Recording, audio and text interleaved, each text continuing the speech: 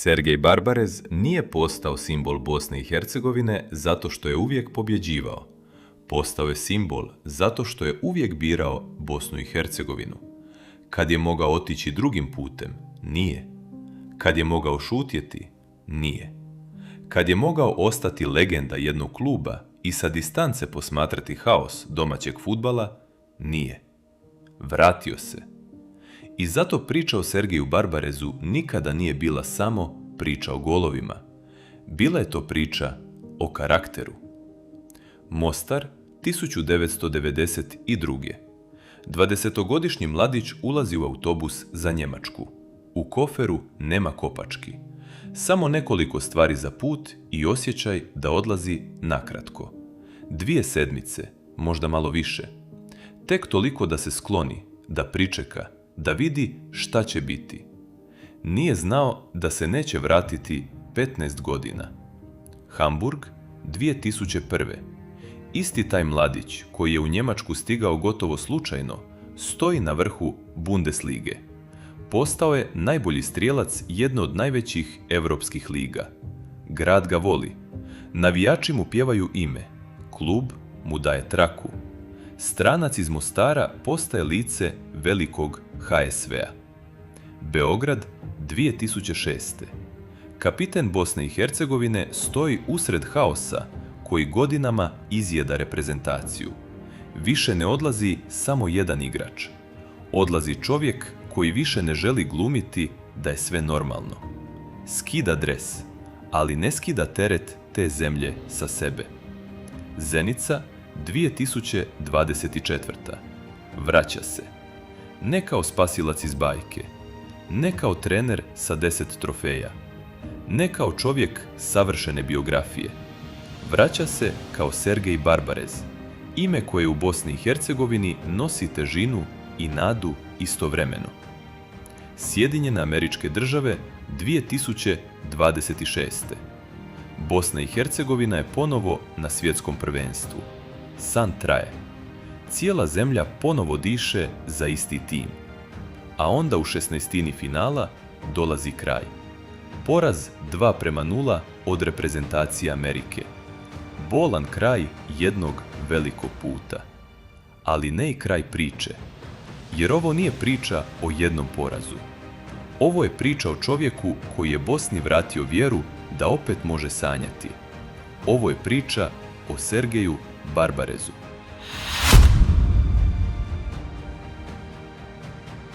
Sergej Barbarez rođen je 17. septembra 1971. godine u Mostaru. Sport mu nije bio samo dio djetinjstva, bio je porodično nasljeđe. Otac Ljubo bio je fudbaler Lokomotive Mostar. Djed Milan također je bio vezan za fudbal, dok je majka Zlata dolazila iz rukometnog svijeta. I sestra Maja krenula je tim putem. U porodici Barbarez sport nije bio dodatak životu, bio je način života. Ipak, zanimljivo je da mali Sergej u početku nije bio zaljubljen u fudbal onako kako bi se očekivalo. Privlačila ga je atletika. Volio je trčanje, posebno disciplinu na 400 metara. Fudbal nije bio njegova prva velika ljubav. Bio je tek jedna od opcija. A onda je došao školski turnir. Jedan od onih događaja koji u tom trenutku djeluju malo, a kasnije se pokažu kao prelomni. Imao je 13 godina kada su ga primijetili ljudi iz Veleža. Poziv u omladinsku školu Veleža promijenio je pravac njegovog života. Tadašnji Velež bio je mnogo više od kluba. Bio je simbol Mostara, simbol škole fudbala, simbol jednog stila igre i jedne ozbiljne fudbalske kulture. Za dječaka iz Mostara to nije bio samo poziv na trening. To je bio ulazak u svijet o kojem su sanjale generacije. Barbarez u omladinskom pogonu ostaje godinama. Uči, čeka, napreduje, gleda svoje idole. Među njima su bili Semir Tuce i Blaž Slišković. Imena koja su u Mostaru nosila gotovo mitski status. Kao i mnogi mladi igrači tog vremena, vjerovao je da je put jasan. Omladinska škola, prvi tim, velika karijera. Sa 19 godina potpisao je profesionalni ugovor s Veležom. I onda je život prekinuo plan. Umjesto da bija za prvi tim, uslijedio je poziv u Jugoslavensku narodnu armiju. Tokom 1991. godine služio je vojsku u Zagrebu kao vojni policajac. Kada se vratio, zemlja koju je ostavio iza sebe više nije bila ista. Gradovi su se mijenjali, država se raspadala, a budućnost koju je zamišljao na stadionu Veleža počela je nestajati pred očima. U proljeće 1992. porodica donosi odluku koja će mu spasiti karijeru, a možda i život. Plan je bio jednostavan: otići na kratko u Njemačku, kod ujaka u Hanover, sačekati da najgore prođe i vratiti se. 2 sedmice. Tako je trebalo biti.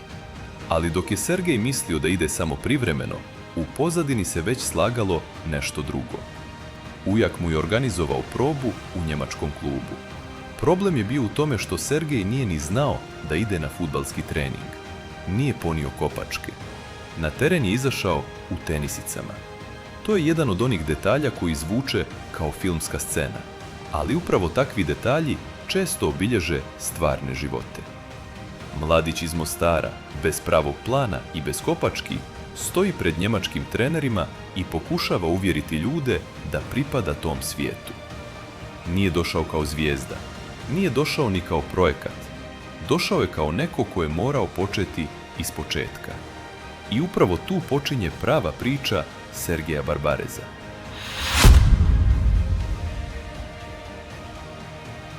Njemačka za Sergeja Barbareza nije otvorila vrata glamura, otvorila mu je vrata preživljavanja.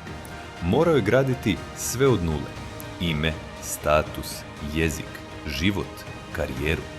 Prvi ozbiljan korak napravio je u Hanoveru. Ušao je u sistem Hanovera i vrlo brzo pokazao da nije samo još jedan stranac koji je došao probati sreću. Te 1992. godine Hanover osvaja DFB pokal kao drugoligaš, što je i danas jedan od velikih kurioziteta njemačkog fudbala. Barbarez je bio dio tog kluba u toj fazi karijere, u vremenu kada još nije bio veliko ime, ali je već učio kako izgleda pobjeđivati u ozbiljnom sistemu. Nakon toga slijedi period u Union Berlinu, 3 sezone, mnogo rada i golovi koji su počeli tjerati ljude da ga shvate ozbiljno. U nižim rangovima nema reflektora kao u Bundesligi. Tamo te ne spašava reputacija. Ili daješ učinak, ili nestaneš. Barbarez nije nestao.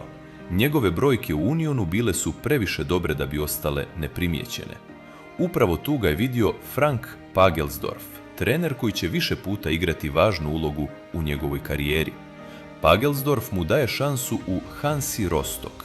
To je bio prvi pravi Bundesliga test i Barbarez ga polaže. U sezoni 1997. kroz 98. postiže 11 golova za Rostock. To više nije priča o potencijalu, to je priča o napadaču koji može igrati na najvećoj njemačkoj sceni. U vremenu kada Bundesliga ima ozbiljnu konkurenciju, ozbiljne stadione i ozbiljan tempo, momak koji je nekoliko godina ranije stigao u tenisicama sada zabija protiv najboljih. To je bio trenutak kada su veliki klubovi počeli gledati prema njemu, a kada veliki klubovi počnu gledati, obično to znači samo jedno: sljedeća stanica bit će test karaktera jednako koliko i test kvaliteta.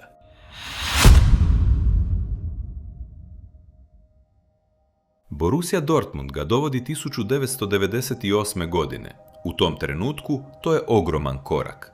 Dortmund je nekoliko godina ranije bio prvak Europe i dalje je živio u svijetu velikih očekivanja. Takav klub ne čeka nikoga. Tamo se rezultat traži odmah. Ali baš tu Barbarez ulazi u najteži klupski period svoje karijere. Nije dobio kontinuitet, nije dobio ritam, nije bio napadač oko kojeg se gradi sistem. U takvom okruženju igrač njegovog profila lako može izgledati sporije, manje opasno, manje važno. A napadač bez ritma često izgleda kao da je izgubio instinkt, iako je zapravo izgubio samo minute. 2 sezone u Dortmundu nisu ispunile očekivanja. Kritike su stigle brzo. U velikim klubovima ljudi rijetko imaju strpljenja da objasne zašto neko nije uspio. Lakše je reći da jednostavno nije dovoljno dobar. Dortmund ga je stavio na prodaju I to je bio trenutak kada se karijere obično lome na dva dijela. Jedni nakon takvog iskustva polako nestanu, drugi se vrate jači. Sergej Barbarez pripadao je ovoj drugoj grupi. Hamburger SV ga dovodi 2000. godine. Ponovo je tu Frank Pagelsdorf, čovjek koji ga razumije i vjeruje mu. To povjerenje mijenja sve. Nekim igračima treba sistem, nekima minutaža, nekima posebna pozicija. Barbarezu je trebalo da osjeti da ga trener zaista vidi. Kad je to dobio, Bundesliga je dobila novu priču.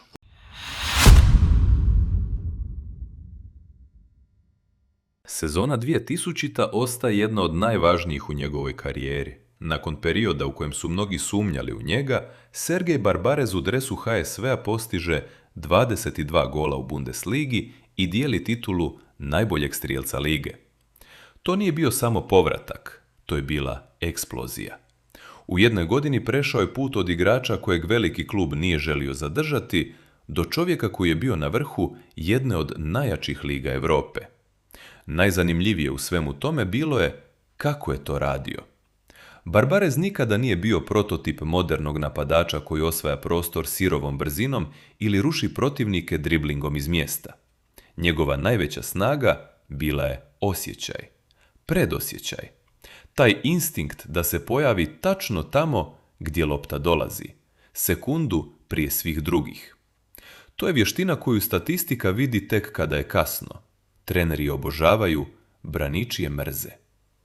U Hamburgu nije bio samo golgeter, postao je lice kluba. Navijači HSV-a prihvatili su ga kao svog. Njegovo ime pretvorilo se u pjesmu. To se ne dešava svakom strancu. To se dešava igračima koji ostave trag dublji od brojki. Hamburg mu je dao ono što Dortmund nije mogao, pripadnost. A kada igrač osjeti da negdje pripada, često počne igrati najbolji fudbal svog života.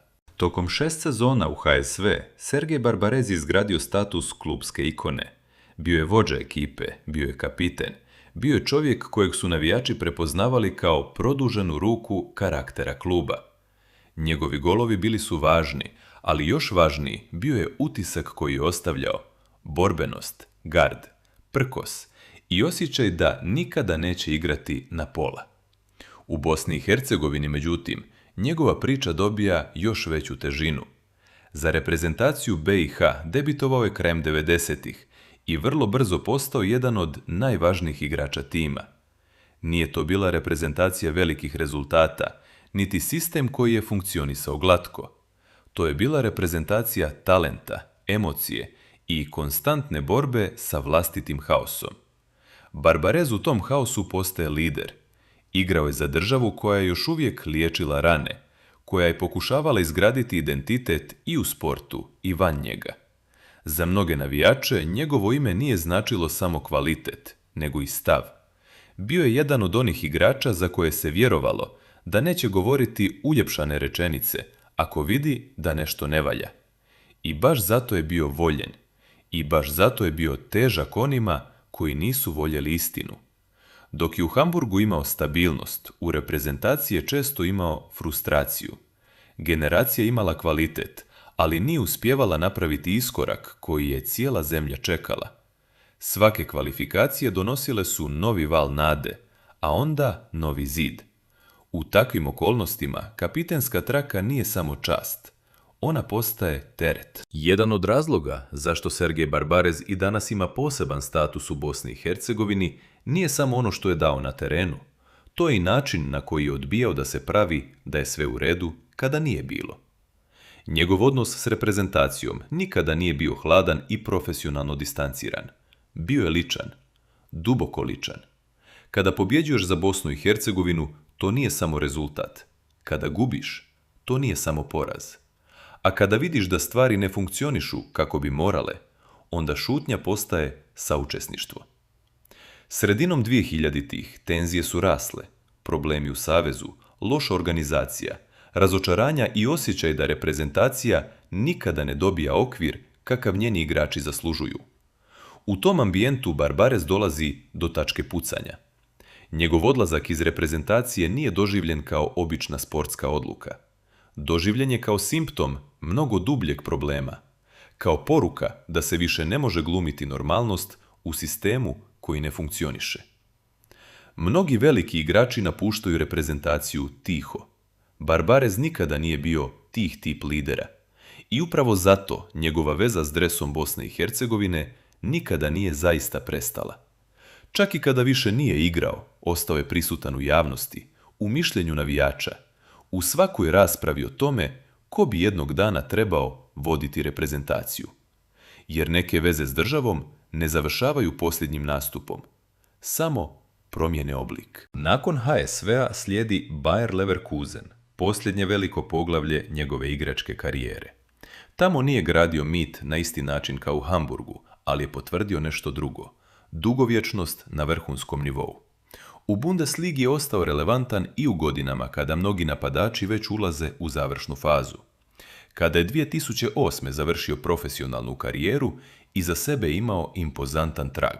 100 utakmica u Bundesligi, status jednog od najprepoznatljivijih igrača koje je Bosna i Hercegovina imala u europskom fudbalu, te reputaciju čovjeka koji se nikada nije uklapao u generičke šablone. I onda je uslijedila tišina. Za razliku od mnogih bivših igrača, nije odmah ušao u trenerski posao pred kamerama. Nije se gurao u prvi plan po svaku cijenu. Nije jurio funkciju samo da ostane prisutan. Djelovalo je kao da je nestao iz fudbala. To je bio samo privid. Jer neke karijere ne nastavljaju glasno. Neke se pripremaju daleko od reflektora. U godinama nakon igračke karijere, javnost je Sergeja Barbareza često vezivala za poker. I to nije bio običan hobi. Učestvovao je na ozbiljnim turnirima i ostvario zapažene rezultate. Mnogima je to izgledalo kao neobičan zaokret, od kapitena reprezentacije do čovjeka za poker stolom. Ali ako malo bolje pogledaš, možda to i nije tako čudno. Poker traži strpljenje, traži čitanje ljudi, traži disciplinu, traži mirnoću pod pritiskom, traži osjećaj za rizik i trenutak. Drugim riječima, traži mnogo onoga što je Barbareza činilo posebnim i na terenu. U isto vrijeme radio je nešto što je mnogo manje bilo pod reflektorima. Završavao je trenersko obrazovanje. Dobio je UEFA Pro licencu i formalno stekao najviši europski trenerski nivo. Dakle, nije bio čovjek koji je samo govorio da jednog dana želi voditi reprezentaciju. Pripremao se za tu mogućnost. Ali godine su prolazile, a poziv nije dolazio. Bosna i Hercegovina je mijenjala selektore, planove, projekte, nade i razočaranja. Jedni su dolazili kao velika imena, drugi kao kompromisna rješenja, treći kao hitne opcije. Barbarez je ostajao sa strane. Za neke je to bilo neshvatljivo, za druge očekivano, za navijače uglavnom frustrirajuće. Jer u zemlji poput Bosne i Hercegovine često se najduže čeka upravo na ljude koji izazivaju najjače emocije. Kada je 2024. godine Sergej Barbarez imenovan za selektora Bosne i Hercegovine, reakcije su bile burne. Jedni su slavili, drugi su sumnjali, treći su govorili da je to prevelik rizik. I bili su djelimično u pravu. Barbarez nije imao standardan trenerski put iza sebe. Nije dolazio iz niza seniorskih klupskih angažmana. Nije iza sebe imao desetine utakmica na velikim klupama. Nije bio kandidat koji bi u nekoj velikoj fudbalskoj zemlji automatski bio siguran izbor. Ali Bosna i Hercegovina tada nije tražila samo sigurnog čovjeka. Tražila je nekoga kome ljudi vjeruju. A povjerenje u fudbalu ponekad vrijedi više od biografije. Njegov dolazak značio je i dolazak drugačije energije. Reprezentacija je ponovo dobila lice koje navijači osjećaju kao svoje. To naravno ne rješava taktičke probleme samo od sebe. Ne donosi bodove automatski. Ne pretvara preko noći ekipu u veliku silu. Ali mijenja atmosferu. A u reprezentativnom fudbalu atmosfera često odlučuje koliko daleko možeš otići. Barbarez nije dolazio da bude dekor. Dolazio je da pokuša vratiti smisao. Onda je došao trenutak koji je svaka generacija Bosne i Hercegovine sanjala nakon Brazila 2014. godine. Novi pokušaj, nova nada, novo putovanje. Kvalifikacije i završnica puta do svjetskog prvenstva pretvorile su se u priču kakvu Bosna i Hercegovina dugo nije imala. Nije to bio put bez muka, nije bio savršen, nije bio ni lagan, ali upravo zato je bio toliko bosanski. Pun nervoze, uspona, padova, sumnji i eksplozija emocija. Ekipa nije igrala kao mašina, igrala je kao tim koji vjeruje, a to je ponekad opasnije od bilo kakvog savršenog sistema. Barbarez je u tom periodu postepeno uspio vratiti nešto što je godinama curilo iz reprezentacije, osjećaj identiteta. Ljudi su ponovo znali šta gledaju. Nisu gledali samo skup individualaca. Gledali su grupu koja ima gard, ideju i vezu sa publikom. Kada je Bosna i Hercegovina izborila plasman na svjetsko prvenstvo 2026. to nije bio samo sportski uspjeh. To je bio emotivni udar za cijelu zemlju. Drugi mundijal u historiji nije izgledao kao običan rezultat. Izgledao je kao dokaz da se, uprkos svemu, može početi ispočetka. I možda bar zato taj uspjeh nije pripadao samo igračima. Pripadao je i jednoj dugoj priči čekanja. Pripadao je i Sergeju Barbarezu. Na svjetskom prvenstvu svaki tim nosi svoj san, dok ga neko ne zaustavi.